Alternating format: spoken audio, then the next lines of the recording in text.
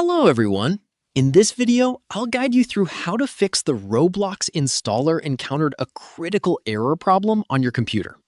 First, completely uninstall Roblox from your PC by opening Settings, going to Apps, and removing Roblox from the installed apps list.